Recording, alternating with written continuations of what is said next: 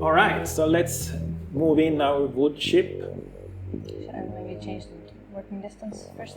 Yeah, it's still space there, right? So we can just pull it in first, and then we can drop the stage afterwards.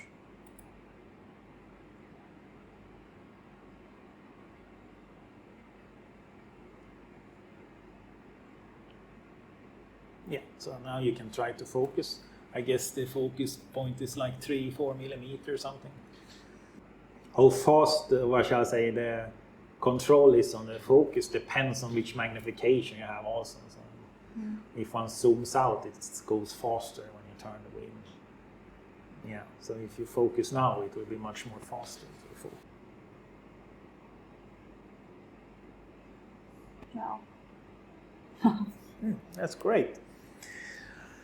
So now it says 4.2 millimeter, that is the working distance that we ended up with. But since we're going to practice on the backscatter detector, that takes 5 millimeter, we need to drop the stage, right?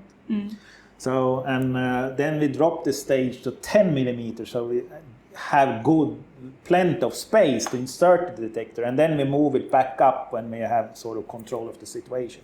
So drop the stage to 10.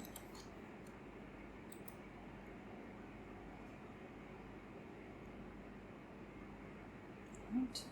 Yep.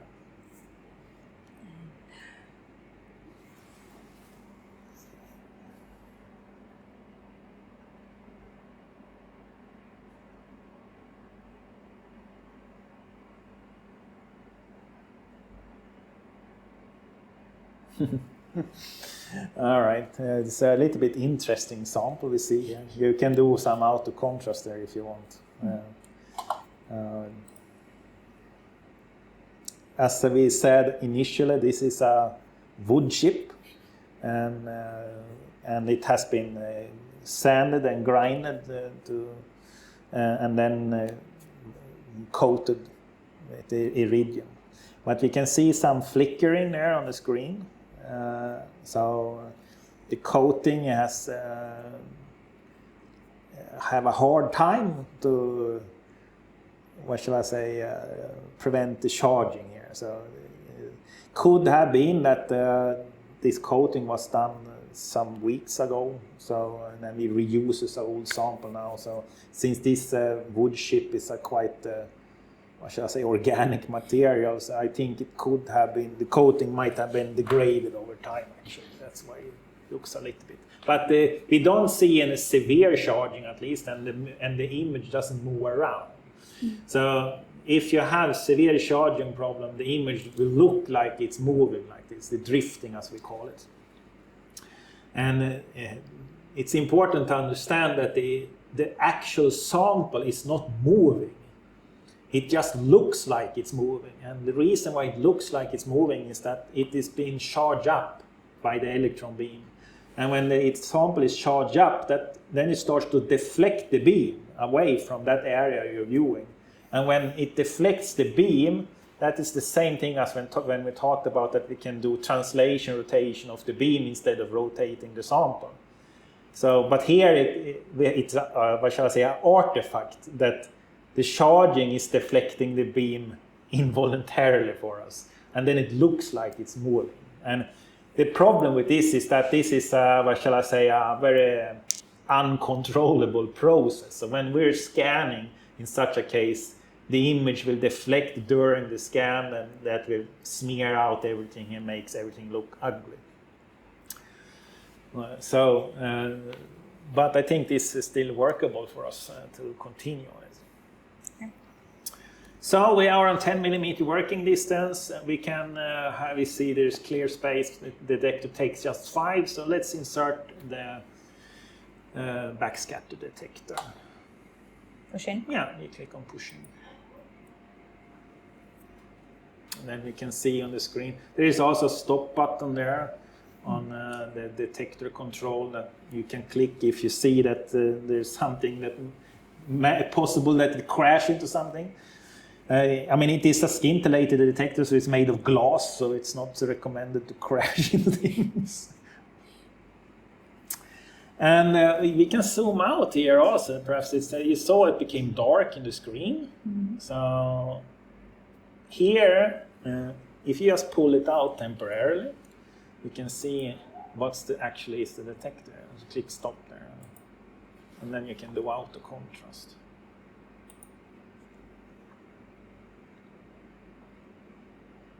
Like that, and then you can choose insert again, pushing. So here we see the detector coming in now. There it is. So when we use this backscatter detector, our viewing field becomes from, it was 3 millimeter in analysis mode, but then it shrinks down to about 600-700 micrometer in view field. So that is a drawback. If you want to use the in-beam backscatter, the retractable backscatter detector, then you are suffering from that. All right, so you can zoom in so we see the surface again.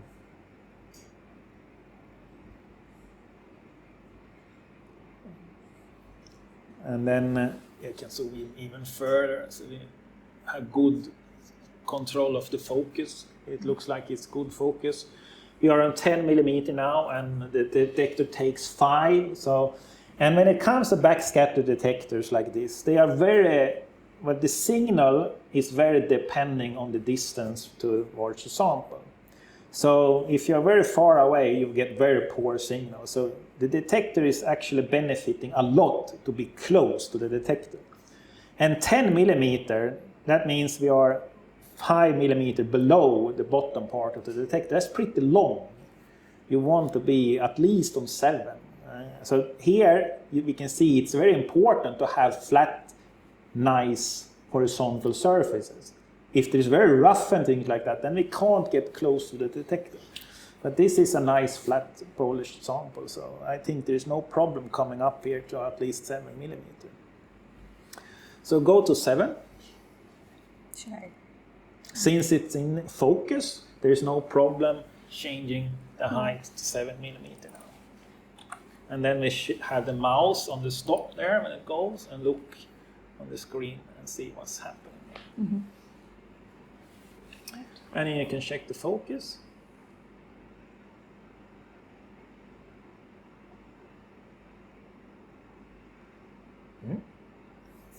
Looks good. So now we have the backscatter detector inserted, the one that's in this chamber.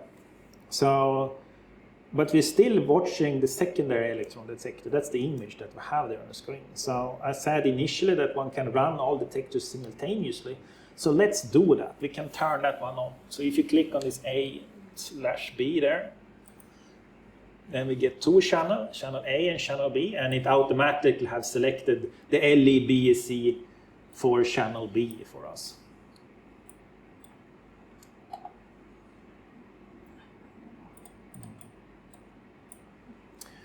So then we can right-click in the image and choose auto contrast there. So if we have several detectors, if you use the auto contrast icon, it always chooses the top left image. So if you want to have the other ones, then you need to right-click in the actual image.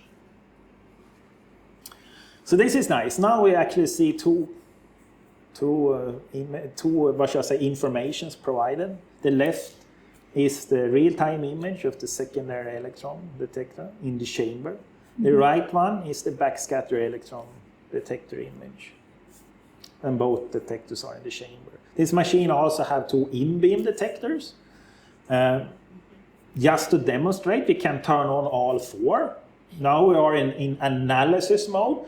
As I said, the UH resolution is used, is the one that magnetizes the sample, and that makes it works like a vacuum cleaner. So the magnetic field sucks up the electrons into the pool piece, into the in-beam detector. So that gives a very high signal to noise rate. That's the idea behind the whole technology.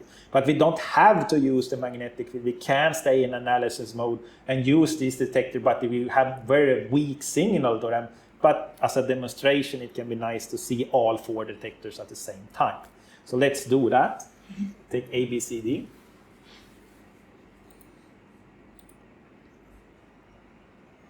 So now you see, and we see these bottom 2 images that's inside the column. is much more noisy because we don't use the magnetic field right now. So the less signal goes up into those detectors.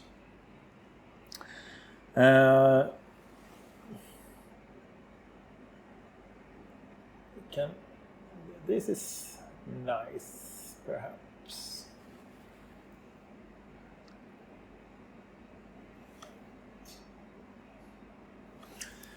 So let's say we want to take an image now. So when we're scanning the image, the final image will be of much higher resolution than this live window. And it's very hard to have to see that the sample actually is in focus if you are at the magnification you want in your final image. So when you're scanning, you will see in the final image that the image is still blurred because you have so much higher resolution in the saved image. So to solve that issue, you always zoom in to at least twice the magnification and check the focus in the live image, and then you go back out again. So let's say we want to take an image now. Now the view field is about 40 micrometer. So let's say we want to have a 40 micrometer view field. Then we should zoom in to twice that, about 20 micrometer or 7,000 magnification if you want to prefer that. Yeah. And then you check the focus here. And then you can also use this double window, the small, if you double click with the left mouse, okay, then you can use the left key to position that small window on some object. And you can drag it like that. And if you hold down the right key, you can change the size of it, but it's nice to keep it small. And the purpose of this small window is that it increases the frame rate. Okay. So that means if you increase the frame rate, it is possible to increase the scan speed and still have a high frame rate. So now we are on 4, 5, even 5, it looks like we have a real-time image. And it's so much easier to see now in the image. It's more crisp. So now you can check the focus, making sure it's good. And then you can see it. Does it create lines when you change the focus, or does it just become blurred? No, just blurry. Huh? Just blurry. Yeah, if it just becomes blurred, that means that the stigmatism is fine. But we see that it actually moves a little bit. It do move a little bit. That means we have a small column centering issue. Okay. So we could correct that if we want. So click on the column centering icon. Click next. And then we look on the image. You see it shakes a little bit. Yeah. And you can correct that on the trackball. No. Oh, sorry. Here.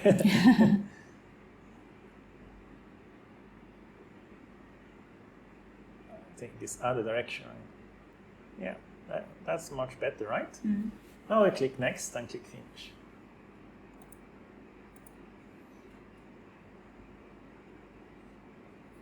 Yeah, and you can zoom in further also and check. Here you have perhaps. Is it in good focus there?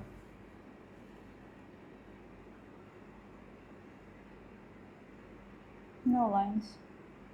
Yeah, no lines, yeah. And it looks, if you look, you can see that there is actually tiny, tiny lines.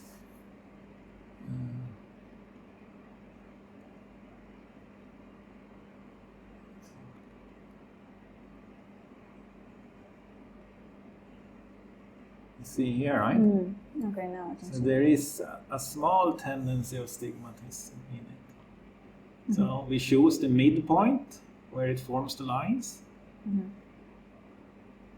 It's about there. Click Stig. And you can correct for that on the trackball. Sometimes it can be too aggressive also. I mean, it's on 5 now. You can change that to 3. Then it will be easier on the wall.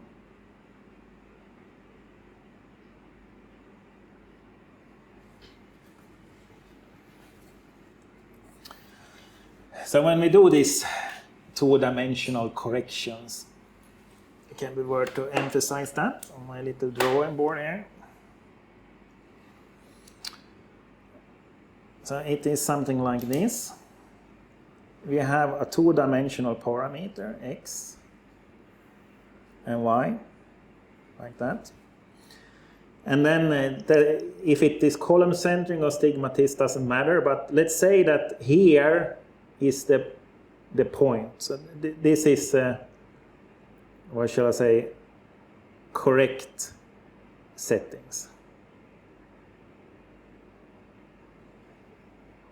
When we have those coordinates on the x and y compensations of the deflector coils. But when we have a stigmatism error, then we are not in that position. We might be, if it's really bad, we perhaps is over here somewhere. So the correction is to try to reach that point by using the trackball. And we can of course go directly the shortest distance, but that is tricky because this is the thing that we try to explain. That it is better to do the x direction first and then the y direction. So if you move the correction in the x direction, you will find that there is a point here that is the best, what shall I say, in stigmatism. It gives you the sharpest image. It's still blurred, but it's still the sharpest. And if you don't, I mean, when you do this, you always have some kind of, what shall I say, error. You might not hit exactly this point, but you hit a point over here, a little bit further away, like here, for example. So it's better than the initial, but we ended up here. And then we switch and do it in the y direction. And we go like that. And then we go back and forth on the y line and we find some point. We would like to be on that point, but perhaps we offset a little bit and ended up there. We go back to x and y and you can start to see the point that this thing will start to converge like that, closer and closer and closer until we find the correct point. So that's what we're trying to do here by separating the x and y directions.